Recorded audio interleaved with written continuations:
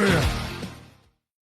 Hello, ladies and gentlemen, and welcome to another edition of the Takedown Podcast. My name is Mike Larkin, and joining me, as always, is my boy, RC himself, Mr. Roy Costin. Roy, it's been a weekend of wrestling. There's a lot of news in the world of wrestling. 4 doggone shows over the span of one weekend. How are you feeling, and are you ready to talk about all this craziness? Yeah, man. It was a long weekend, and then if you factor in like Monday for Raw and then NXT on Tuesday, you got friggin' AEW tonight, TNA tomorrow. It just doesn't stop, man. I'm telling you, it's crazy. But yeah, it was fun. It was a fun weekend. It was a long weekend, but I'm looking forward to next week. Same. And I mean, things will be back to normal. I mean, we don't have to worry about another show until Saturday night's main event and then, of course, SummerSlam. So there's a lot going on in the week of July and the month of July. But I think one thing that I definitely want to touch upon first, as we got to see Night of Champions on Saturday, the right people went over. Obafemi is your king of the ring, which we'll get into that first in a second. Io Sky beating Liv Morgan and then challenging her for SummerSlam. So that match is made official. Smart decision. Let's actually start with that, just because a lot of people were thinking Riho to do Rhea and Io, like, Rhea finally beats Io. But I got to tell you, if there's anyone to beat Liv and really showcase like the end of the Judgment Day, the seeds have been planted for the end of the Judgment Day. I think Io winning it back definitely makes sense. Oh, yeah, and it made sense for it to be like, hey, you're the champion. You put yourself in this tournament. I beat you. Why wouldn't I pick you to face off against, being that I just beat you? It makes sense. Like, that was the smartest thing I think Io could have done, and I think a lot of people did maybe want to see Rhea and Io go at it, but I like this because also at the end of that match at SummerSlam, you can have kind of the moment of Rhea coming out after the match and them hugging and both of them holding up their titles and stuff like that. So no, it was a smart decision from Io. I don't know how to feel about Danhausen doing the curse before the match. Because I mean, it's Io. Io could have won without the curse being there, but I do like that it plays into the whole breaking up of Judgment Day if he curses them. But other than that, yeah, it was a smart decision. I mean, you have the whole Danhausen, the monies. They get them human monies, but it blows up in their face with Dominic and JD. Rhea attacks Danhausen and gets the shirt back. My thing, too, with that is Danhausen's been killing it. The fact that he electrocutes JD, he electrocutes The Miz and Kit Wilson. They were practically zombies during the tag match with him and Cardona against Los Garza, which was hilarious. But I also look at it from a stance like this. You know what it reminds me of in a way? Remember SmackDown versus Raw 09 with New School against The Undertaker, and you can have Finlay or Santino Marella play like zombies? That's what it kind of reminded me of. I thought that was a very fun little element. And are you looking forward to Zack Ryder coming back and him starting to come back out to O Radio and woo, woo, woo, you know it, once we get full Zack Ryder mode? I actually am. I like Matt Cardona. Matt Cardona is really cool. The King of the Indies, that was really awesome. But in WWE, I think he still has a ceiling, and to get that like nostalgia back and just to have a little fun with everything, because at this point in time, I think everybody that's coming back to WWE that left a while ago, they're having fun again. You can kind of tell it with like Punk. You can tell it with AJ Lee when she returned. Brie and Paige, both of them are back having fun. So I think a lot of people that are coming back to WWE after leaving for so long, they're just kind of coming back and having fun. And there's nothing that's more fun, in my opinion, than Matt Cardona turning back into Zack Ryder.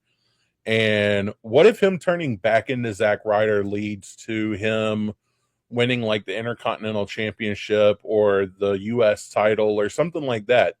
And then it's like, oh, maybe I should have turned back into Zack Ryder a long time ago. I think there's a lot you can do with it, a lot to play around with, but it's going to be a fun time. I mean, former United States champion beating Dolph Ziggler, TLC 2011. Everybody remembers his dad like having a heart attack and being so excited when he won that championship. I think when you look at the character of Zack Ryder, they didn't like that he got over on his own. The Z2 Long Island story. I mean, he was so smart even with the origination of the gimmick, where you're an edgehead. They split you and Brian Myers up, Kurt Hawkins, and you're on ECW now, and you're pretty much doing what was popularized at the time, the Jersey Shore type of gimmick, like you're acting like Mike the Situation, and you have this element of douchebaggery, to put in the bluntest of terms, and it works. So he kind of had his needle on everything, and also he also was very caught up with the times, and that's what made that character so authentic and real. And also, as a fellow Long Islander, I can say that I have seen a lot of people who have looked like Zack Ryder like that on the Northeast area. Thank you very much. But I also would like to add on to this point. We did mention Io and Liv, and Io rightfully going Liv. Who do you think goes to Rhea now? Because a couple of things, I was going to mention Blake Monroe, but it looks like Blake Monroe has got her hands filled with Julia. And I figured since Fatal Influence are going to go for Paige and Brie Bella, which it looks like the direction that they're going in, why not do Rhea and JC Jane? That would be a fun one. I mean, so you have a couple of options if you look at it. There's a possibility that Lola Vice might be moving up to the main roster. I wouldn't be mad to see her go straight into the main event picture. I would love, selfishly, if it was a returning Stephanie Vaquer, her coming in, like her versus Io or her versus Rhea. Fire. Yeah. There's a few potentials. Maybe they move Jade up back into the main event, even though I hate when they do that, where it's like, oh, you just lost a feud for a mid-card title. Now we're going to move you into the main event picture. I've never really been a fan of that, but I mean, it's Jade. They can do it pretty easily. Maybe they do some sort of battle royal and they have somebody come out from that and be like, okay, well, this is the winner. They're going to face Rhea for the title. Who knows? But yeah, I think my top 3 picks right now are JC Jane, like you said, Lola Vice, and a returning Stephanie Vaquer. I like that as well. And I think if you really also have a Rhea, I like her and Jade at the last show, but I also look at it as like, okay, we're kind of been there, done that, to quote Dr. Dre back in 96. I look at it like this. Why not, if you're really going to do something there, we could also have Jade and Charlotte, which it looks like they're building for SummerSlam for the first time ever. Yeah. Like we mentioned last time, if Charlotte takes the L to Jade, it doesn't hurt her in the slightest. Yeah, and I mean, that could be almost like during the feud, they build it up, and then the winner of that at SummerSlam maybe gets the momentum behind them to face Rhea or whoever the champion is at the next big pay-per-view, because it would make sense. Both of these, they're high marquee names. They're in a big time feud. The winner of it should get something out of it. Let's make it a title shot at a pay-per-view down the line. So, yeah, there's so many different ways that they can go with this, but I think one of the ways that they went, and this was definitely a way to put it in the most emphasized of terms. So Obafemi beats Jey Uso at the King of the Ring there at Night of Champions. Right call. The Ruler is the King of the Ring. He cuts this promo on Raw talking about, well, I have a choice to make. Roman Reigns, or do I go with Cody Rhodes? And then Brock Lesnar comes out, and he's like, hey, man, I know you've been calling me a bitch, and I know that you were saying that you said I was a coward. Well, he goes, talk, get hit. Low blows him, F5 to Obafemi, and then Obafemi gets up and he's like, no, you're not running away from me. I challenge you at SummerSlam. And Brock goes, I'll do you one better, Hell in a Cell. And then you see Obafemi talking to Adam Pearce, and he's like, hey, man, the titles are always going to be there. Like, there's always room to go for the titles. I can always get a title shot. but Brock Lesnar and ending him, that's what I want to do. So we get Oba and Brock now, Hell in a Cell at SummerSlam, which I'm for it. It's going to be a great match, and I think Oba gets the win, which is going to be fire to see. But the issue that I have and the umbrage that I have with it is the fact that the King of the Ring, what the heck is the point of it then? If you have the King of the Ring when they're going, you know what? I don't want the title. Because if you remember, even Brock has mentioned it, former King of the Ring in 2002. I was there for this. He beats The Rock at SummerSlam 02. That was one of the most momentous occasions, the rise of Brock Lesnar. And you mean you've seen it with King Booker when he beat Bobby Lashley in 06, beats Rey Mysterio at the Bash. We've seen Edge win the King of the Ring. We've seen Austin win the King of the Ring. Like, there's a lot of prestige with this. Bret the Hitman Hart, Owen Hart. Like, we'll be here all day with what that tournament symbolizes, Triple H. But the problem that I'm having here is if this was the tournament to get a shot and Oba versus Roman would have been money, and we mentioned last time on the show, have Roman versus Oba night one, Brock screws Oba and Roman retains, and then Oba ends Brock the following night, and that's it for Brock. He could be on his way, do a swan song, whatever. But the thing is, too, now you've negated the title match, and now we have Oba and Brock. Again, badass match. I love the segment and the story, but it's like, then what the heck was the point of the King of the Ring? Your thoughts, Ryan? So I think you said everything perfectly. Oba winning the King of the Ring was the right decision.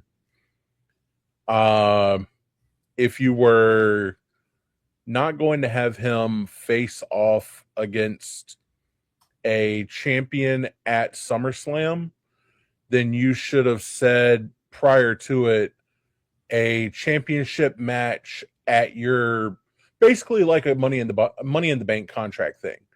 I won the King of the Ring.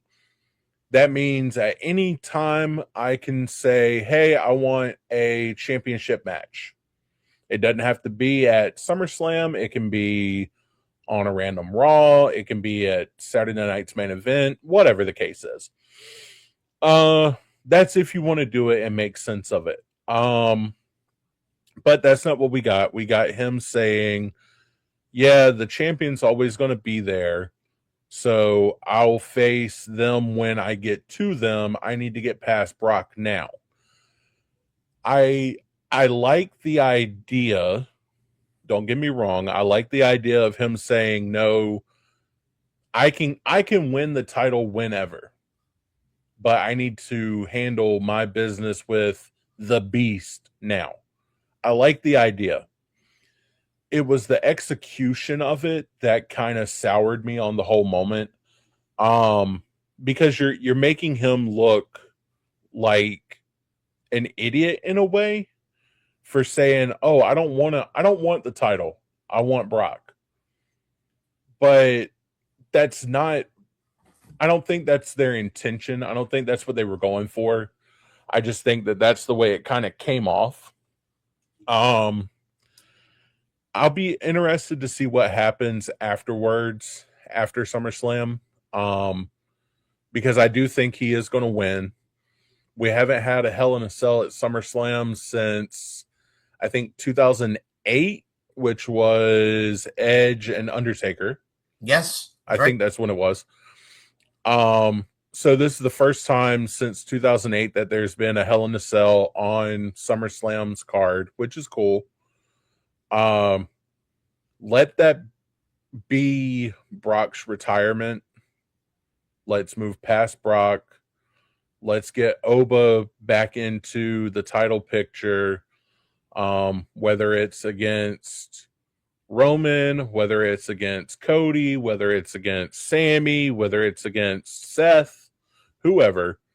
Let's get Oba into the title picture. But yeah, I think they knew that this was going to be the way that they were going. They just didn't know how to make it feasible for Oba to lose in King of the Ring. Because even if he had lost, like, what were your other options? You go with Jay. Well, that nobody wanted that anyways. And then after that, like, there was really what you might could have done, Dom or Finn. But even then, it's like, neither one of them Like Finn, yeah, you probably could have worked it where Finn challenges either Cody or whoever has that title on SmackDown. But the obvious choice from the get-go was Oba. And I think halfway through they were like, well, they probably got a call from Brock and was like, hey, like, I want to come back and do a match at SummerSlam. It's like, okay, cool. Who against? Oba. Well, he's going to be wrapped up with the title. Nope. Either I come back and do something with Oba at SummerSlam, or I'm not coming back at all. That's just my assumption. But yeah. Well, it also makes sense in Minneapolis, Minnesota, for Brock to finish this feud. But yeah, that's my thing too. It's just, I think the execution, it almost felt like when Austin Theory's like, hey, I won the Money in the Bank and I want to go for the U.S. title. Or, yes, Rock, you could take my spot at WrestleMania. Forget the fact that I won the Royal Rumble and the Royal Rumble winner gets a shot at WrestleMania. Here you go, Dwayne. Here's my title shot, Dwayne. That's what it kind of reminded me of. Yeah, somebody said this is what you get when you let AI write your scripts. Yeah. But it goes back to what I've been saying. I don't blame Triple H, because Triple H has even come out and said, like, TKO's kind of got his hands tied with a lot of stuff. And TKO is actually the reason why they use AI when it comes to some of their booking reasons and stuff. Which, from my understanding, what they're doing is they've got an AI generated thing that just kind of, hey, have these two people had a feud in the past 10 months? And then AI will like comb through and be like, well, no, they have not. When they have, you could just have some random podcaster just be like, oh no, you don't want to you don't want them to do that. Like, that's not the way we need to be working this. Yeah. So I don't know. Somebody put those random podcasters on the creative team. See what we can do, if you know what I'm saying. My God. But that's the thing too. No, I feel you about the AI stuff and everything, but and we've discussed this before. If you use it properly, then exactly that's where you get it perfect and everything comes into fruition. Speaking of coming to fruition, before we do go into Seth and Braun, as well as where we're going to get with Roman and Rollins at SummerSlam, I did actually have a question for you that I did want to ask you on the show. So we saw Bayley get turned on by Lyra. Lyra's heel turn. I feel like I'm looking at Tatum Paxley with Lyra's new look. She's gone psycho, much like Bayley was doing the split personality, but now she's like, one time I go nuts and everybody thinks, I haven't slept or nothing. Like, I like this new side of Lyra, but it's how you tell the story and where you go with it. Do you like the new psycho Lyra looking like a mini version of Tatum Paxley? So I do. I think that's probably where they're actually heading, is having Tatum join up with Lyra, which would be really cool. Kind of harken back to their time in NXT together. The thing that I don't like is you had the option to keep Nikki Cross around. Yeah. And this is very reminiscent of a Nikki Cross type character. I feel for Nikki Cross in that sense, but I'm not going to down or hype up Lyra's ability with this character just yet, just because we've only seen like one little vignette of it. I'm interested to see where it goes. I am on standby to see if it will play out. And I think that if you really want to get the gimmick over, having her with Tatum would probably be the best idea. So we'll see what happens. And I gotta say, adding Tatum and Lyra together on the main roster and having Bayley in that trio kind of like feuding vibes, you definitely have something there.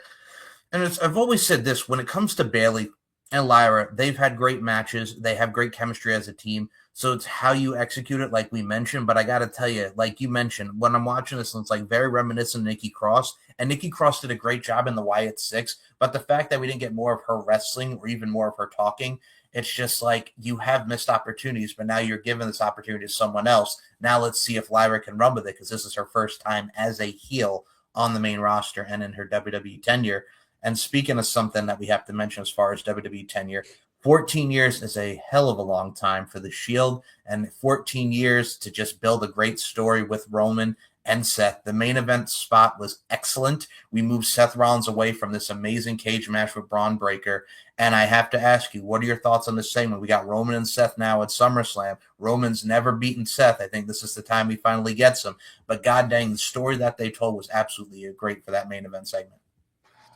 So I think Roman has actually beat Seth twice, but I think they've both been disqualifications or something.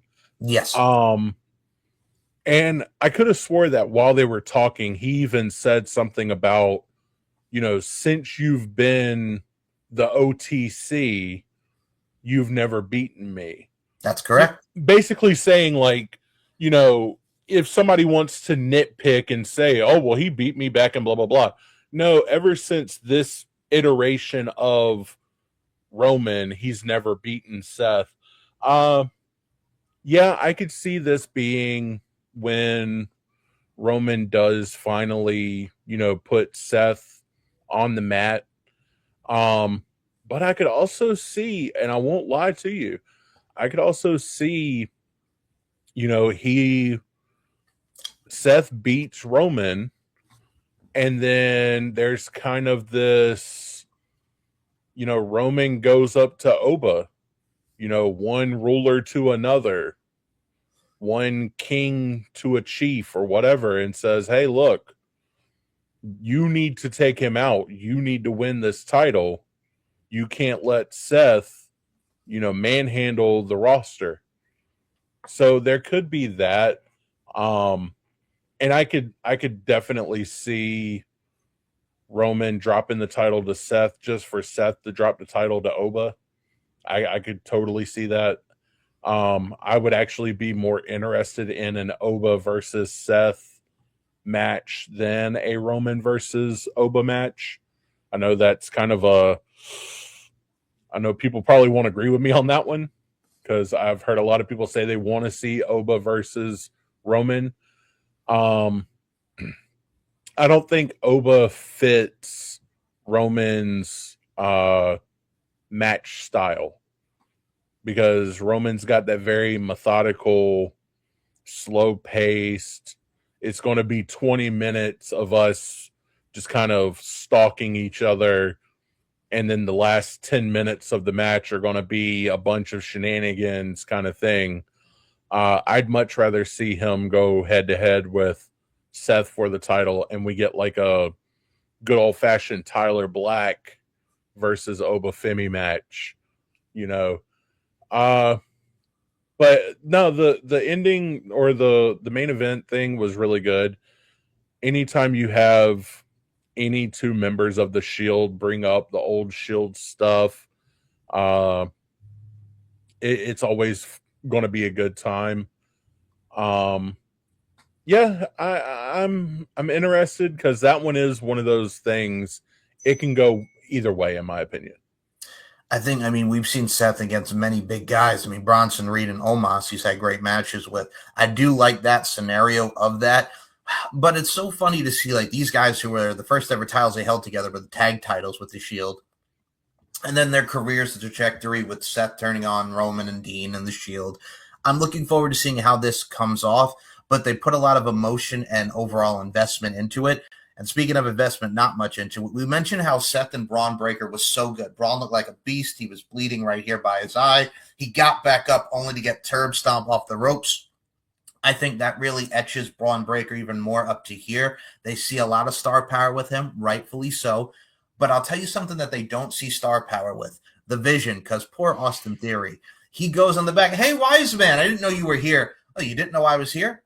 Well, now you know. And then he just walks away. Paul Heyman has had it with the Vision. I mean, Austin Theory losing to Joe Hendry, getting made to look like a fool. He breaks up with Maxine Dupree, even though we never got the fact that Maxine Dupree might be joining the Vision. But ever since he saw her talking to Chad and her like considering an apology and being with the Alpha Academy, the fact of the matter is they kind of like break off before we can even do anything with it. So it's just like, okay. So what were your thoughts of overall this, dare I say, just overall hootenanny, this overall, dare I say, hoopla, if you will, of Austin Theory, the Vision? Like, there's Paul Heyman's like, you know what? No. And the fact that we never even got Austin Theory and Maxine Dupree, it's a mess.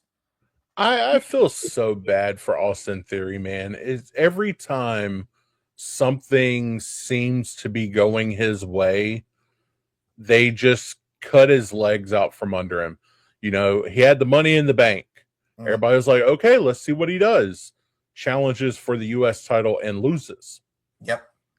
Hey, you're gonna face Cena at WrestleMania. Oh, that's huge opportunity.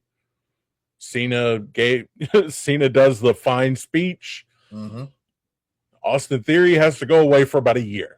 Yeah, because dropped him on that promo, and I'm sorry, I don't mean to cut you off, but that's exactly what happened. Dude, he did. And the fact that, and I will say this, out of John Cena's WrestleMania matches, that one was not as significant. I mean, it was what it was, and it was done for Austin Theory to get the rub. The match, not memorable, but Austin Theory getting it. I mean, he can say on his resume he beat John Cena at WrestleMania. Oh, yeah. It's cool that he could say that, but the only thing everybody talks about going in or coming from that match is even Cena saying, what happens if you beat me at WrestleMania? Nothing. And it came to fruition. Yep. Then there was the whole will they, won't they thing with Grayson Waller. They never even had like an actual breakup with that tag team. Then he gets placed with the Vision, and I'm like, okay, I could see this is going to work out. You know, he's going to be the talker, and he's going to be the fun guy to tag with Logan Paul. Logan gets injured. Then you have, Paul Heyman basically splitting from him. You have this whole thing with Maxine Dupree, which, look, I think there's still going to be something there. I don't know what they're going to do. It could be like kind of a swerve or whatever. But man, I just feel so bad for Theory, because if you've ever actually seen some of his out of gimmick videos that he's done or whatever, he seems like such a down to earth person, and he's so naturally charismatic. But as soon as he gets on TV, he loses all that charisma. I don't know where it goes. I don't know if it's because he's trying to be a dirtbag or whatever the case is, but they've got to find something for Theory, because he's too good not to have something there. I mean, I didn't even think about the fact of the friggin', what was it, Red Notice egg or whatever that was. Oh God, the egg. The egg. Oh man. But yeah, no, like it's just everything. I think his greatest thing, if they could go back to it somehow, is have him be the what's the phrase that people use, himbo? Have him be the himbo with Johnny Gargano, where he's just, he's there, he's looking at his muscles, and he's just like, huh? What, Johnny? What am I doing? Literally, he made that wedding of Samuel Shaw there, and Dexter Lumis and Indy Hartwell, where he's just like, where are the rings? We're in a ring, silly. Like, just the dumb. Yeah, he's great. And that's the kind of person, like when he was doing that gimmick, that's probably the closest he's been to his natural self, where he's just a goofball, and I think if they let him just kind of be a goofball, he would get over with the crowd. Yeah, let Let Danhausen shock him. That he could go back to being the Austin Theory in the way. Yeah. Something, man. Just give the kid something, dude. Well, the problem that I had is if you remember the 8-Town Down Under and how they split, like we didn't even get a match. We didn't even get Austin Theory as a face. It was just, oh, hey guys, my tag team partner's injured. I'm done with that 8-Town Down Under stuff. Now I'm going to go with the New Day. That's literally how they paid that off. What is he doing now, by the way? Because I haven't. Yeah. Wrestling on Main Event. Which, I mean, look, I know a lot of people joke about Main Event. I like Main Event's not bad. It's not. It's a good show, but yeah, they're like. But the fact that he went from, oh, I'm in a tag team with Austin Theory, we're fighting, we don't know if we're going to be teammates or not. He gets injured. Oh yeah, no, he's done. I'm with the New Day.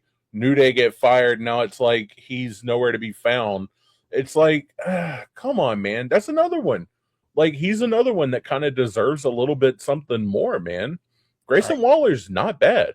He's very good. I mean, from one of the originators of the NXT 2.0 and has really made his mark on NXT and on the main roster. And actually, Roy does make a good point. I mean, we joke about Main Event, oh, they're on Main Event. But if you remember, like, that was a great way to enhance your skills, like Main Event, Superstars, Heat, Velocity. That was a great way to really hone your craft.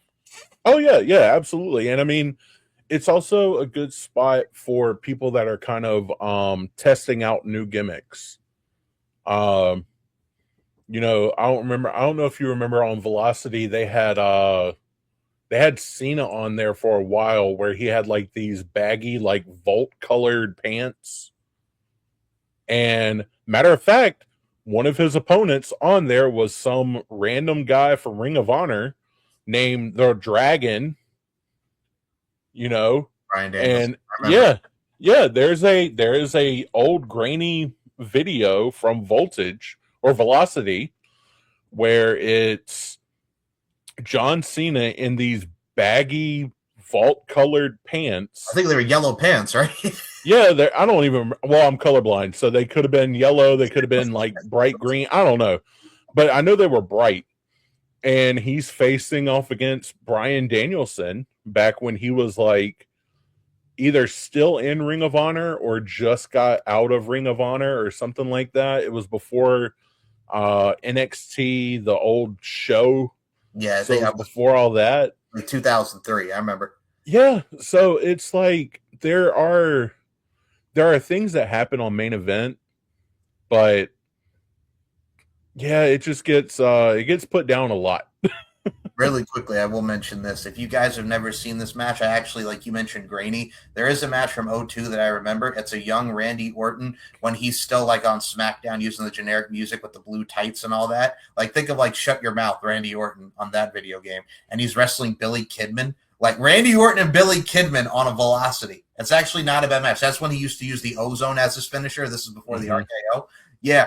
And the other thing that I did see, think of it like this. When Mr. Kennedy, before he came onto the main roster in 2005 and doing his stuff in 06, he was Mr. Anderson on Velocity. And then when he got to SmackDown, they changed his name to Kennedy. So it worked. Like, they're testing the waters, man. Yeah, exactly. And that's what a lot of like Main Event is they're testing the waters with different things, whether it be feuds or you know, different characters or bringing people up from NXT, letting them wrestle a couple times on Main Event just to see how they react in front of a bigger crowd and stuff like that. So I don't know. I don't know. What's next? What's next? Well, I'll tell you what's next. Sami Zayn defeated Cody Rhodes and Gunther to win the WWE Championship in Saudi Arabia. A great match. I will say this, spoiler alert for anybody. So they did tape SmackDown already, so everybody can have off for 4th of July, which is awesome. So Cody Rhodes wrestles Jey Uso to become the #1 contender. Cody Rhodes wins, and they're doing Cody versus Sami on Raw next week for the title. And I don't know if you guys know this or not, but Raw is in Chicago next week, so I wonder who's from Chicago since they did tease it. A lot of people are worried that he's going to get the Christian treatment from 2011, like when Christian beats Alberto Del Rio for Edge and, you know, the ladder match for the title, first ever singles title, then loses it on SmackDown to Randy Orton, then turns heel and they play patty cake and hot potato. and that reign, I can see that happening because I definitely could see Cody versus Punk at SummerSlam. Which then why the heck do you put Sammy in win the title in the first place to just be a transitional champion? But okay, Roy, your thoughts on this spoiler as well as Sami Zayn winning the WWE Championship? I mean, it's almost as if somebody called that happening last week. I'm pretty sure that when you asked me last week, well, who do you have in this triple threat? It was a simple and quick Sammy. Yes. I'm going Sammy. I think they did it because one, they were in Saudi, like I said. Two, you go ahead and give him a title reign because so many people, like, I don't know if you saw the outpour of love online from all the wrestlers talking about, yeah, like so many people were talking about how much Sammy deserves it and everything like that. There was a really cool video of somebody waiting in line to talk with Karrion Kross. And he puts the arms up. Yeah, he's just sitting there and they're like, oh yeah, by the way, while I was standing here waiting, I saw that Sami Zayn won the title. And he just says, I told you! Finally! Yeah, so I mean, there were so many people that were happy about him winning, and I think that was the big thing, was they wanted to get that moment. I know that's kind of the joke phrase that everybody uses for WWE, but WWE really is about moments. When you think back, you don't really remember the matches. You remember the moments. You remember when Daniel Bryan won at WrestleMania 30. You remember the confetti coming down, him holding up the title, everything like that. You remember when Kofi won at WrestleMania, because you remember, Big E and Xavier Woods holding him up. You remember those moments. You don't necessarily remember the matches. And that's kind of what this was, is you finally give Sammy that moment. And not only that, but now he's a Grand Slam champion. So he's Grand Slam Sammy. Yep. And it works out perfect for him. I think I wouldn't hate the idea of, if they are having this match in Chicago, where it's him versus Cody, if you have Punk or somebody interfere and you set up a triple threat at SummerSlam. Especially because we're getting cheated out of having the Oba title match at SummerSlam. Mm-hmm. Maybe you set it up to where Sammy doesn't just lose it within a couple of weeks. He actually has all the way until SummerSlam. And then you have like a triple threat or even like a fatal four-way, something like that at SummerSlam, just to kind of put a bow on it, where it's like, okay, he might have lost, but he also had multiple people he had to face in order to retain his title. So it's a little more understandable. Like Sammy, Cody, Punk, and Jay? Yeah, possibly Sammy, Cody, Punk, and Jay. You might could throw Gunther in there instead of Jay. Yeah. I don't know. There's a couple of different ways you can go about it. There probably will be a debut when it comes time, but that's probably going to be in the Seth match with Roman. Zilla? Yeah. Probably get Zilla coming in. I saw somebody even mention something about that. They were like, so if Zilla Fatu comes in and he thumbs Seth in the neck for Roman to win, I'm done watching WWE. I'm like, no, you're not. Yeah. You're not done watching it. You're really not. But no, I could hope. I won't say I could see. I can hope that they turn it into like a multi-man, at least a triple threat match at SummerSlam. You give a match for Punk, You give a match for Cody. You actually let Sammy have the title a little bit longer, and he gets a SummerSlam moment. You know, let him do that. Don't just take it off of him in Chicago just to transition and forget about him. You know. Agreed wholeheartedly. And speaking of transition, not only did we cover a lot within the WWE auspices, I figured we go to the TNA auspices next. Slammiversary was a very eventful show in its own right. Two things I wanted to start with. Number one, we do have new members of the TNA Hall of Fame, as Amazing Red and Konnan will be going in. Amazing Red for what he's done in the X Division, being one of the pioneers of the X Division within TNA. The dude is just absolutely amazing. What he's doing now with House of Glory, the man has had a phenomenal, unintended career. The other thing I do also have to mention as well, Konnan is going into the Hall of Fame with what he did with the 3 Live Crew, what he did, of course, with the legendary LAX, the Latin American Exchange. Definitely, rightfully so, deserves a spot in that TNA Hall of Fame. So, Roy, I'll kick it over to you. Your thoughts on Amazing Red and Konnan going into the TNA Hall of Fame? Mike Santana being able to be the one to announce that Konnan was going in was really cool. Yes. It was a really, really beautiful touch. It was funny watching Amazing Red get told by Kazarian after the match. Yep. Because he's like trying to, you know, back up and fight him. And he's like, no, I'm just telling you, you're going into the Hall of Fame. He's like, oh. I will condense this story just for time's sake. Yeah. But when I was setting up rings and stuff for wrestling events, I actually got a chance to go pick up Amazing Red at the hotel and bring him to the venue. Nice. Years and years ago. So that's my biggest thing that I remember about Amazing Red. I'll tell you the full story off air, but no, it's really cool seeing him go. It's really cool seeing Konnan go. Slammiversary itself from start to finish was really good.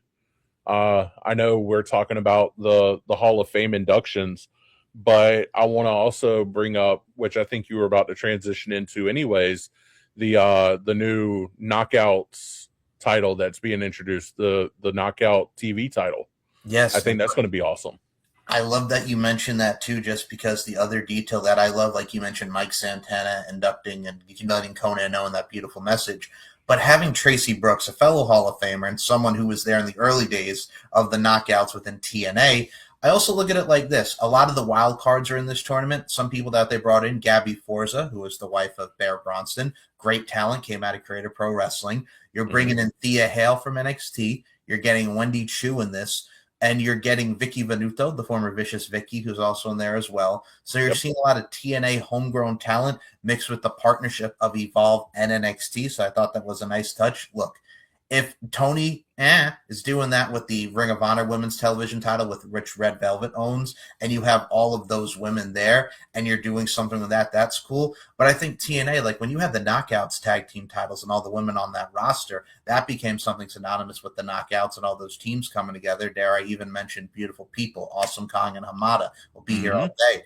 But with this, it definitely gets the shine of who they think is going to be great for that workhorse mid-card title. I mean, with Xia Brookside now holding the Knockouts title, rightfully so, and also great heel champion to go after, they have a lot to really do with this, and they have a lot from their relationship with TNA and Evolve. And hey, when the OVW relationship comes to pen to paper, which should be soon, so you can even put some OVW people in there. Well, and that's the thing I like about TV titles in general. You can make it to where it is someone from other organizations that you work with come in and you defend it on TV. Being that they have a working relationship with WWE, which in turn has a relationship with like Noah and NWA. They have Evolve, they have NXT, they have the main roster. You have so many opportunities to where you can say, okay, this week we're going to defend the Knockouts TV title against somebody from NWA. Next week, we're going to defend it against somebody from NXT. And you keep doing that. That way, you kind of bring more intrigue, but you still have so many women on your roster that are going after the tag titles, that are going after the Knockouts champion, that are still going after the TV title. So it's not saying they don't have enough depth. It's saying, hey, we have working relationships with all of these companies. This is the title for that working relationship. I like your thought process with that just because of the fact we get to accentuate and really highlight all the talent there and all the women that can come through this. And like you mentioned with NWA, Natty's going to be competing at NWA 78. So that's another beautiful part there with what she did last time with Kenzie Page. So I think this definitely has a lot of potential and it has a lot of work to grow with. And we've said it many a times, and I've said it in the past. With what Tony has on the other side of the coin, with what he's doing with Ring of Honor, he needs to treat that like it's his NXT. But the problem is he doesn't. And I'd hate to say this, and I got no problem with Red Velvet because she has been in AEW since the beginning, early stages. But that doesn't have the same significance when you just have them like come on here and there's no story, there's no nothing. It's just there. This you can add a lot of creativity to it and actually really bring and rise a lot of the girls up. Yeah, I didn't even mention AAA either. AAA is another one. La Flamere, you can have all you could have so many people just from AAA come in and have that whole thing with TNA, the TV title and everything. Oh my god, Arena, like let's go. Yeah, there's a lot. I try my best not to bring up Tony too much because I have thoughts. But he has such a good opportunity with Ring of Honor, like you were saying, treating it as NXT. And even WWE need to start doing it more where, kind of have that relationship of, hey, these are the NXT people. That I will say that is one of the things that I like about the concept that John Cena has for that John Cena Invitational thing that he was talking about. Whenever that happens, yeah, is putting a little bit of shine on the people of NXT. That's going to be really cool. I still stand by Give Me Worlds Collide, where it's NXT, main roster, Evolve, AAA, TNA, NWA, whoever. Even if I'm sure there's people from old school wrestling that are in AA, call them up. So bring in. Sorry, I tickled myself. But yeah, you could bring in all kinds of people for that stuff, and a Worlds Collide would be fun. I think a Worlds Collide with all those organizations might end up being better than the Forbidden Door that we got. So we're going to get to that. But speaking of, first of all, you have new merch now. You guys can go get Roy Costin. I have thoughts. Get yourself your t-shirt now. I like that. When it comes to Tony, I have thoughts. Thoughts. So we do have more thoughts with Slammiversary as well. I want to say this. They did a beautiful tribute to Joe Doring. God rest his soul. That was wonderful. Cody Deaner got me right here with his but Joe Doring was one of the greats, man. Japan, TNA. Rest in peace, young man. You were an absolute fantastic human being. The other thing I got to mention here, we also saw the debut in the International Championship match of Uhaa. Got you all in check. Uhaa Nation, the former Apollo Crews, made his debut. What were your thoughts on seeing Apollo in TNA now? He is a perfect fit. Uhaa Nation is a perfect fit for TNA. I actually got into our Twitter kind of hit a little blow up with AJ Francis. Yes.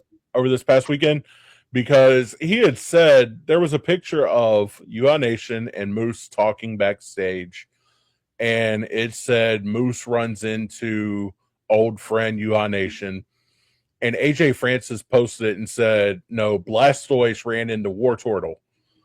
so I asked him under our Facebook or under our Twitter, I said, well, if Moose is Blastoise, and Yuha Nation is War Turtle. Who's Squirtle? And he responded and said, Rich Swan. Oh my god! So I actually photoshopped a picture of it, and I'll put it in here if you want to see it. Please. But I had photoshopped a picture of what I imagined that would look like. Oh my and god. I sent it to him, and he retweeted it and everything. There you go. I like that. So I love that. And I love, I want to see them kind of do something, but yeah, we. So I gotta put it up one more time. That's so awesome. Okay, go ahead. So I think he fits in perfect in TNA. He's got the TNA style. He's got a higher ceiling in TNA than I think he did in WWE. In my opinion, even when he was Apollo Crews in WWE, he had a high ceiling. They just never actually let him reach that potential. But I could see him going after Nick Nemeth soon for the TNA World Title. Which, congratulations to Nick Nemeth. Him and Mike Santana had a great match for that main event. Your thoughts on that? Was it for Mike Santana? It looks like he's on his way towards NXT. Are you looking forward to seeing what he does? I mean, we got NXT Heatwave as the next one. I'd love to see him and Tony D go at it for the NXT Championship. There's a lot of possibilities with Mike Santana. What are you thinking, Roy? Yeah, I saw somebody post something about potential WWE signings, and it was like Santana. I think there was Takahashi was one of them. Maybe wrong on that one. There was Enzo and Kaz as other potentials, Zilla Fatu and Baron Corbin. And just seeing that crop of people that potentially could be coming in, it's a good, well-rounded, mixed bag of talent. And one of the things I said about Santana with that picture was he is, out of that entire group, probably the one that I could see being in the main event picture on the main roster within the next like 6 months. He may do like a short stint in NXT, but I think he's main roster bound. And I could see him coming in and challenging, especially, this is another reason I say leave the title on Sammy, because I could see him and Sammy having an amazing feud for the title. But yeah, I'm really excited to see what Santana does in WWE that he hasn't already done in TNA. So that man's growth from LAX when he first came into TNA, the AEW stuff with Pride and Powerful, and everything that they did, his evolution needs to be studied, because if you want to make a name for yourself and just bet on yourself and go all out, that is the epitome of Mike Santana, and I cannot wait to see what he does going forward. And speaking of going forward, we will now move over to NXT's The Great American Bash. All right, let's just get this out of the way, because I know who you favor. And Roy, you know I'm going to start with this one. So Shiloh Hill wrestled Tristan Angels, which Shiloh Hill gets the dub, first ever on pay-per-view. That super back suplex neck breaker was sweet. I thought he hit that with precision. Very good match, but what are people talking about? So Tristan Angels goes under the ring. It's the under the ring cam, Roy. And then all of a sudden he gets a phone call. The fog is coming. The fog is coming. And then here's Shiloh Hill choking him out with the mask on. And then he comes out of the ring, and there's Shiloh Hill right behind him with no mask and nothing. It's just, but the fog is coming. The fog is coming. Like, the match was cool, but everybody was just so, taken aback. Like, what are we doing? The fog is coming. There's an under the ring cam. What are we doing? But yeah. I was very happy to see Shiloh Hill win. I wanted to mention that because I know that's your boy. Oh, yeah. Well, fun fact about that mask. He got that off the dark web. So come on, man. Of course he did. So, Come on. so the fact that he even posted something about that on X a while back was, I got this mask off the dark web. How can I get it on to TV? And somebody was like, just wear it. And he's like, okay. And he So did. And he did. so the fact that he got it, like, that is a legitimate mask that was bought off of the dark web and it was used in an in an NXT match. Sure, why not, man? I just laughed because everybody was like, "What?" And I'm like, "Hey, it fits the character. He's out there. He's Yeah. like, I can turn to that level if I want to, but I choose." Well, and he's the other one. So we were talking about Lyra having Tatum or whatever. I could see them being a team and then bringing in Shiloh Hill later That'd and be fun. having that be like a small little faction. Like, it reminds me a lot of Wyatt Six and Sanity and stuff like that. But honestly, the character for them fits. Like, I don't think they would have to stretch too far to be kind of that weird oddity type gimmick, you know? So, I mean, you could do something where it has like they're just like they're normal, but they could take it to that level. Like you mentioned, Sanity, I like a lot with what they're doing because that was just so impactful with the yeah. craziness amped up. But I got to tell you, Shiloh did his thing with Tristan Angels. Every match on this show, for their first ever show on CW, really delivered, and it was such a solid show from top to bottom. Like for those that haven't seen it, go anywhere and watch it. But NXT, oh, dude, like they need to do more of these shows on the CW. It's NXT is arguably my favorite weekly show Yep. because everything is so fast paced, but there's still enough time to let things breathe and also enough time to have good matches. The matches never feel rushed, but they also don't feel like they overstay their welcome. You go from one segment to the next, there's variety. You know, we had a match where basically a guy who won a beauty pageant, Yes. okay, and it goes straight into a match of, you know, two former high school college wrestlers who used to be friends are wrestling for the North American title. Yeah. Like, the variation on NXT shouldn't work, but everything flows so well together. Like, I think that's why it's probably my favorite weekly show.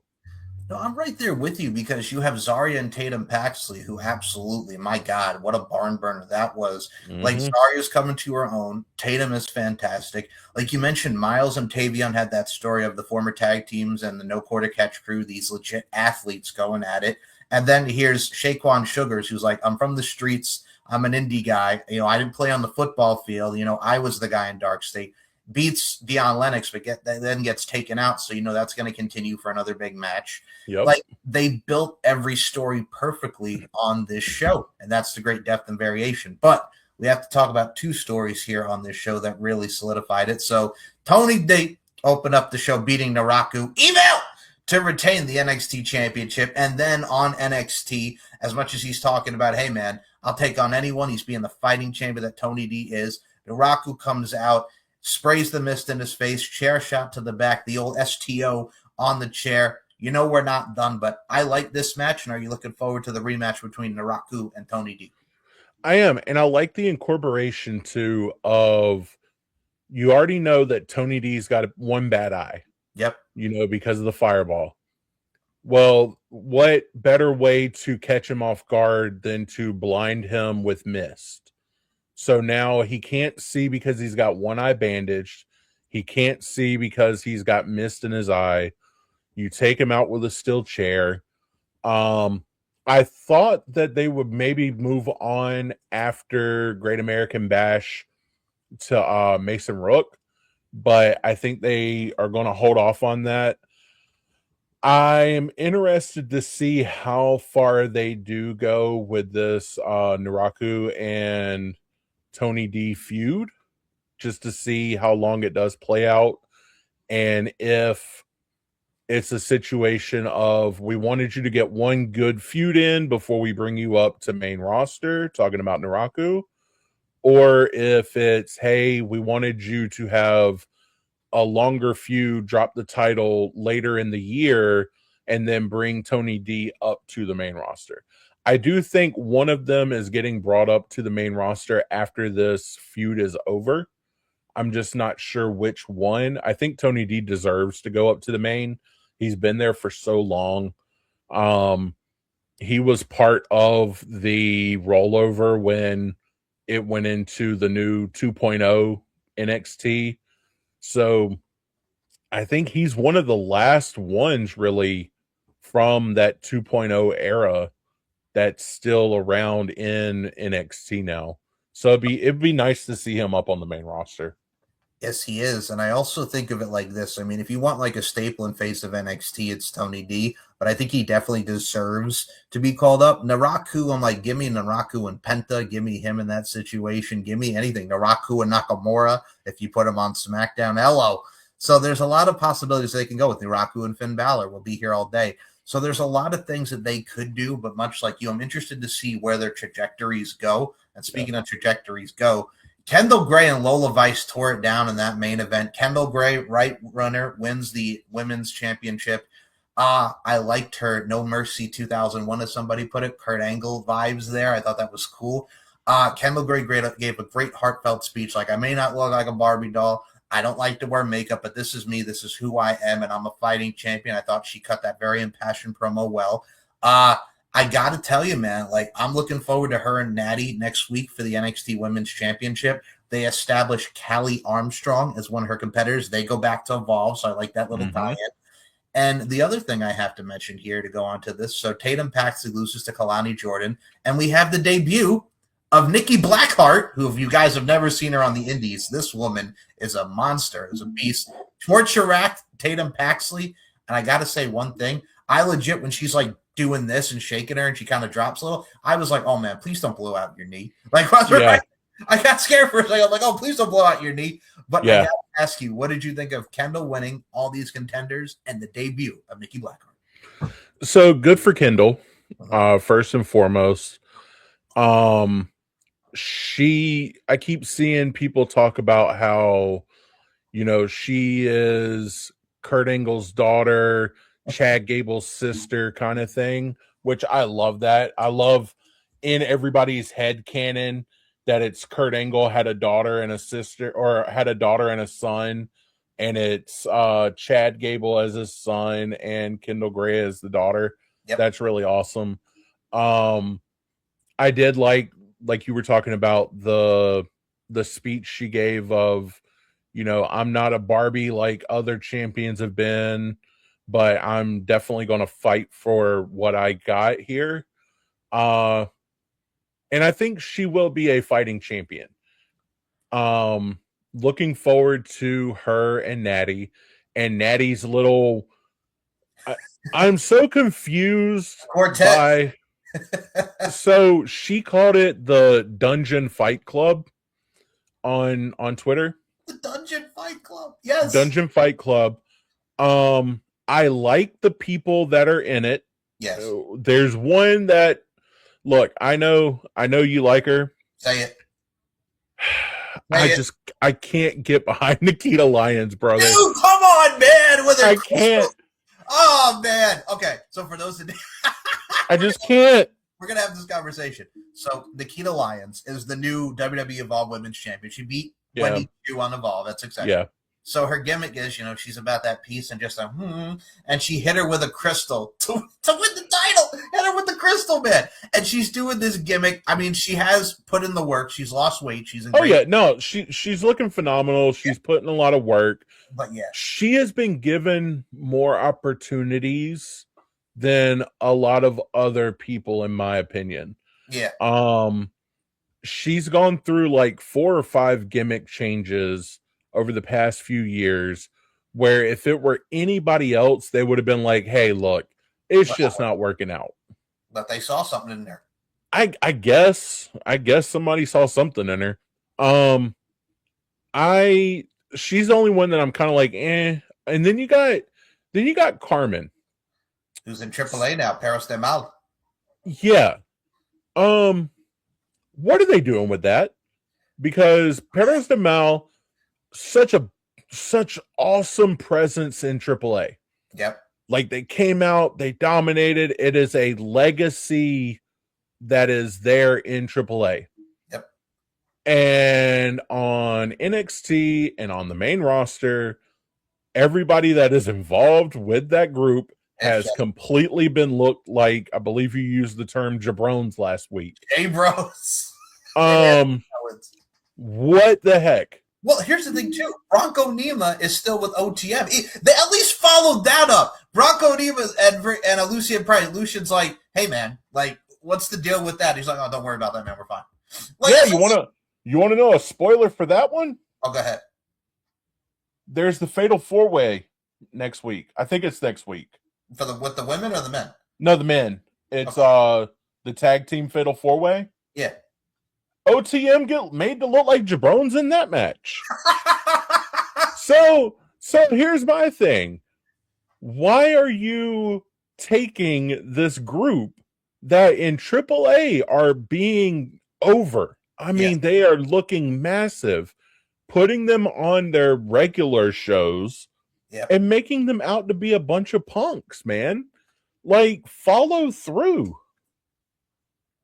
But anyways, no, dude, Los Garza right now are made to be like Jay Brones to like Danhausen, but they're like this badass team of AAA. Exactly, that's what I'm saying. But anyways, all that being said, I am so excited for Nikki Blackheart. I think her name is going to be Reina Volcan. I think I saw that too. Reina Volcan, yeah. Yeah, which loosely translated is Volcano Queen or something like that. I like that. I am so stoked for her. I've been following her for about 2 years now or so on Twitter. She is awesome, man. She is, in my opinion, the woman that if you were to create a woman wrestler, like a female wrestler, she's who you would go for. You know, she is Jordan Grace, she is Rhea Ripley, she is Stephanie Vaquer, she's all them wrapped up into one. So I am really, really looking forward to seeing what she does in NXT. And yeah, that torture rack, it scared me to death. Because that first step, it just looked like she blew her knee out. I'm like, please don't come in and blow your knee out, honey. No. That was my thing too. I was just like, I saw her step and I'm like, oh God. But I think she's either going to figure out what she needs to do with that, because she might have just been really excited, in my opinion. That too, yeah. She might have just been really excited and misstepped or something. Or she may end up changing her finisher to something a little bit differently or something a little bit different. But I'm super excited that she's made her debut. I think it was a case of nerves because this is her first debut on live TV, and also just excited to be in this position, which deserves it wholeheartedly. Absolutely. Whew. And speaking of deserving, we're going to deserve to give you a proper close to this. It's not going to be as lethargic and apathetic like it was last week when we were predicting it. Maybe don't not. Speak for me. Oh. Don't you speak. Okay, so no, I'm just kidding. I'm just kidding. Oh, you're fine, dude. So we're gonna end it with Forbidden Door because literally there's only like 3 things we want to talk about for Forbidden Door. The show was fine. It's an AEW pay-per-view. Solid action. We mentioned last week that Forbidden Door has kind of lost its luster since its first 2 years. Yep. Look, we predicted it, and we'll start with this one. This girl had a very heartfelt story, and I think she's going to be the one to beat Athena for the Ring of Honor Women's Championship. But Mercedes Moné defeated Maya World. Very good match. Maya World really showed up and showed out. So as we predicted, it's going to be Mercedes Moné versus Tekla for the AEW Women's Championship at AEW All in London. Are you excited for Tekla and Mercedes Moné? So first, I do want to say I think that the Monet Maya World match was one of, if not the match of the weekend. Yep. They, as far as technical, as far as false finishes, as far as just getting the crowd involved, it was arguably either one of or the match of the weekend. I know going into it, I did, kind of be a little poo-poo on it.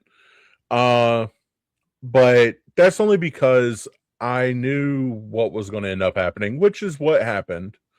But there were a few times that it did kind of look like Maya World was going to pull out the win. As far as Mercedes and Tekla, it goes back to before where it's a Mercedes match. I wonder who's going to win. It's going to be a good match. It's going to be a good match. Just like we knew that Swerve and Ospreay was going to be a good match. Mm-hmm. It's just you kind of have a feeling of who's going to win in those situations. I could see Tekla dropping the title to Mercedes and All In, and then Tekla just drops off the face of the earth. We don't see her again. That's my worry too, because Tekla has been killing it. And yeah, she has. I think in that situation, she's kind of the fun baby face, the crazy baby face, and Mercedes is Mercedes doing her thing. So yeah, I mean, maybe she'll face Camille. Oh God, where is Camille? Can we bring back Camille, please? I wonder what happened to her. What was it? She had a thing with Mercedes, lost it. Maybe Mercedes will end up facing Britt Baker. I wonder what happened to her. So the Camille thing. Nyla Rose, I'm sure Nyla Rose would love to face Mercedes if she won the title. If she gets off a Ring of Honor. Oh, dude, Camille literally is just like, I quit. Then on Rampage, she's attacked. Never saw her again. God, her and Charlotte would be so cool together. Oh wait, we did see Camille again. Remember she beat some Jay Brown on one of the buy-ins and that was it? Sure. It happened. It literally happened. She wrestled some Jay Brown on a buy-in. Never saw her again. Camille's back. What pay-per-view was the buy-in for? The thing is, I don't even remember what pay-per-view it was exactly. Oh. Okay. Look, I told you don't get me started. So Bruvman, as Roy mentioned, beat Swerve. Bruvman. Yeah, we knew it was going to happen. Very bloody. Match was what it was. It's Swerve and Bruv. You know what you're going to get. Are you excited for Will Ospreay and MJF? And Will is going to take it from MJF. Sure. Sure. I could not find a good picture of Will because here's a little behind the scenes for everybody. I work on the thumbnails, and the thumbnail for this one I felt very proud of. It was very good. I tried to get pictures from like post-match or people with their, titles and stuff like that. I could not find a good one of Will that was usable because of all the blood. So what you'll see is, I think it's somewhere, it's that way, I think. Somewhere over there, when you look at the thumbnail, is Will and like the thing that he came out, which by the way, that was cool. No, it wasn't. Okay, and here's the reason why. Why? He looked like Ambrose before Ambrose left. I know it was a Bane homage. I love it.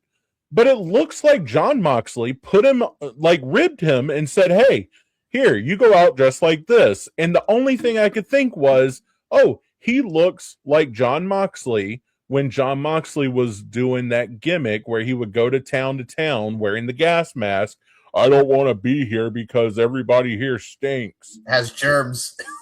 That's exactly what it reminded me of. My first thought was not, oh, cool, it's a Bane cosplay. Even though that's exactly what it was. my first thought was, oh, he's with the Death Riders, and they made him wear this because Jon Moxley hates the gimmick. Why are you going back to 2019 WWE for everybody? You don't want to talk Hey, about hey, but you know what?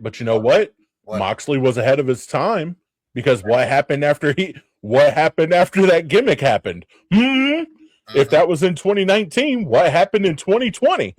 Yep. Hey, I see what you did there, Roy. But no, it was. I am kind of glad that he lost a little bit of his aura when he fell on Dynamite. Like, I know. I am kind of glad that he lost a little bit of that aura where everybody's like, "Oh man, Will Ospreay, he's so cool." Yeah, he can't stand in a circle with his buddies though. But no, Will's gonna win in London. It's gonna be a feel good moment. It's gonna be cool. The match is gonna be all right. I don't think that his style and MJF's style go together very well. So I don't think it's going to be an awesome match. I do think it'll be good, but I think that their styles differ so much that it's going to be an awkward match. But yeah, he'll win. He'll win it all in. We'll have a new champion there. And before the camera turns off, there's going to be some random person that shows up because we can't have nice things to where it's just a feel good moment to end the AEW show. Somebody's going to show up or debut or whatever, and then it's going to be teased that they're going to face each other or something. But yeah, that's my little mini rant for that. All good, man. I think you said it better than anyone can. So I will go to the last thing we want to talk about. Oh, I can't wait for this rant. So Team Briscoe defeated Team DCMJF in the Death's Door match. So Mark Briscoe, it was a heck of a match. It was interesting with the circular cage and the Death's Door. No, I love the idea of the circular cage. I love it. Continue. No, you're fine. I was going to say, what was that? It kind of reminded me of the Mousetrap TNA's thing with like the Terror Dome or whatever it was, like that little Mousetrap thing. It reminded me of what's the one in WWE, the pit fight?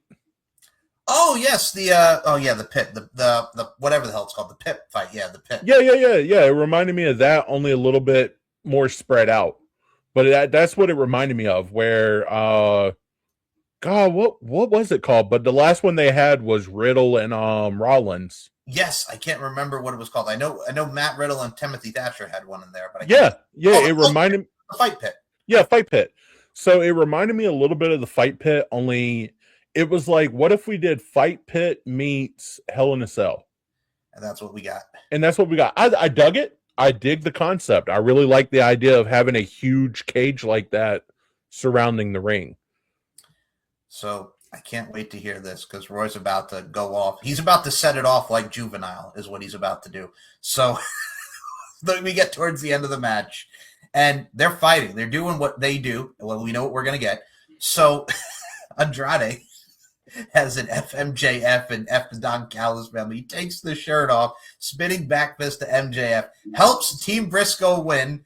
And Mark Briscoe says, hey, man, I'm not going to wait that long, so we're going to get MJF and Mark Briscoe for the title as of this recording tonight on Dynamite. What were your thoughts on the Andrade heel face turn, if you will? And we're going to get MJF and Mark Briscoe for the title tonight. Okay. Hit me. You had the shirt on the entire time. Yep. That said FMJF, F Don Callis.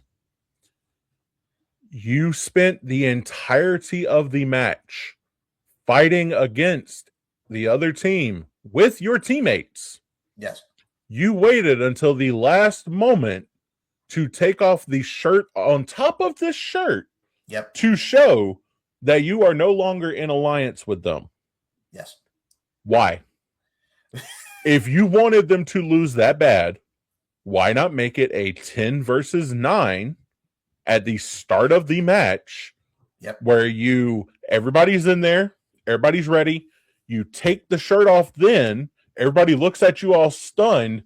and you punch MJF right in the face with like brass knucks or something, you look at the conglomerate and say, here, have them, and then walk out. That makes for a more compelling story, in my opinion, than just, I'm going to go through this whole match. Than going through the entirety of the match, which, by the way, go ahead. The match itself. Yes. Okay. I dug it. Don't get me wrong.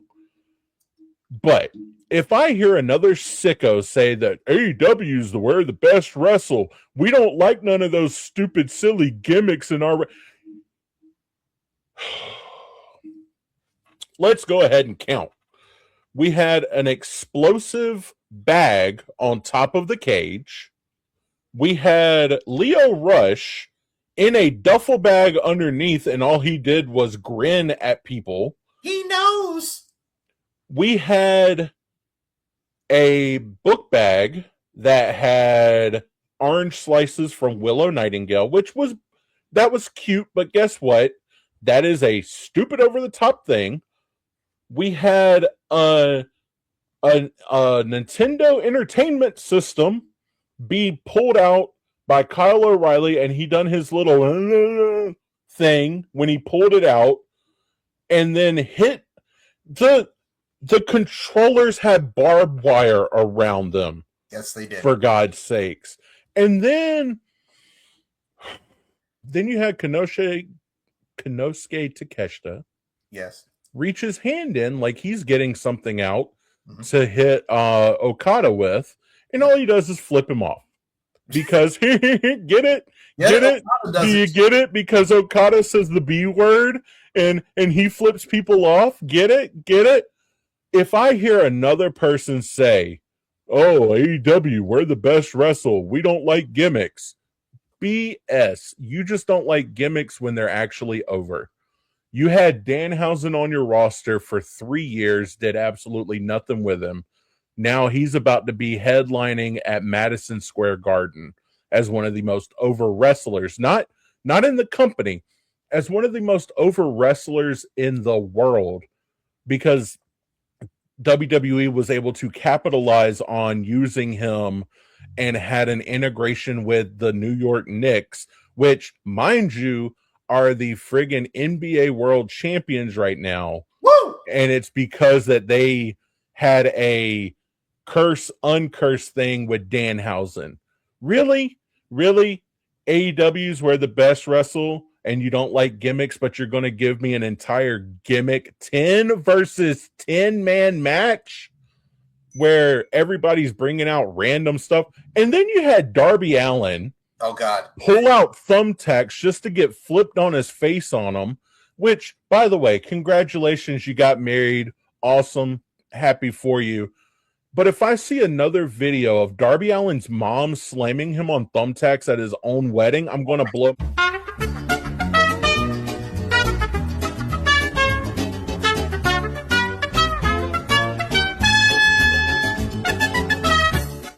Anyways, it was a good match. I liked it. It was awesome. Kevin Knight getting the explosive bag, and then Darby does the coffee shop.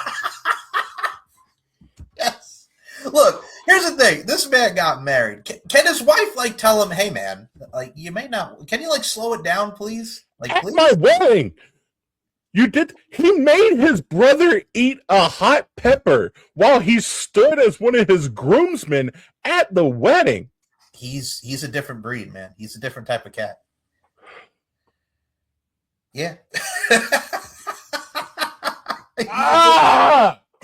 He's a different type of cat. Well, when you talk about cats, we are two cats that love talking about professional wrestling. Yeah. And we will be back next week. So we will not be talking about the news of current day. We're going to take our time machine back to 07 for the second episode of WSX and our WSX review series. So this big night of action for WSX features the main event, and we'll talk about the other matches next week. But this one features Vampiro versus Six Pac for the WSX Championship, and special guest music stars 3-6 Mafia. So we got a lot to dive into next week, and it will be shorter than the show that we did today. So with that being said, 4 shows, 1 weekend, no yeet. So with that being said, Art Roy, But where can we follow us on the socials? The floor is yours. Socials pretty much everywhere. It's either Takedown Pod or Takedown Podcast. We're on X, we're on YouTube, we're on Facebook, we are on Spotify and TikTok, Instagram. We're a little bit everywhere. But yeah, just find us anywhere for that on Takedown Pod. We also have Linktree down in the description. And you can also find us on wfjafm.com/podcast, where all of our podcasts are also uploaded on that website as well. Definitely go to wfjm.com/podcast. Do the thing. WJFM FM. Listen to your hits. Listen to the pods. We in there like swimwear, baby. And if you want to follow yours truly, it's SM Show 1 or MCL92, L Larkin _92, M Larkin MB on Instagram, StephenMikeShow.com, LFCfights.com, and S&M Network shows where you can see the Takedown Pod as well as the Takedown Pod YouTube. All the links will be in the description so you can see our smiling faces, our awesomeness, and Roy just absolutely go on a binge of rants just because. So with that being said, for my boy RC Roy Costin, my name is Mike Larkin. We'll see you next week for a WSX review on the Takedown Pod. And lastly, the only thing I will say is I have thoughts. Roy Costin, 2026. I have thoughts.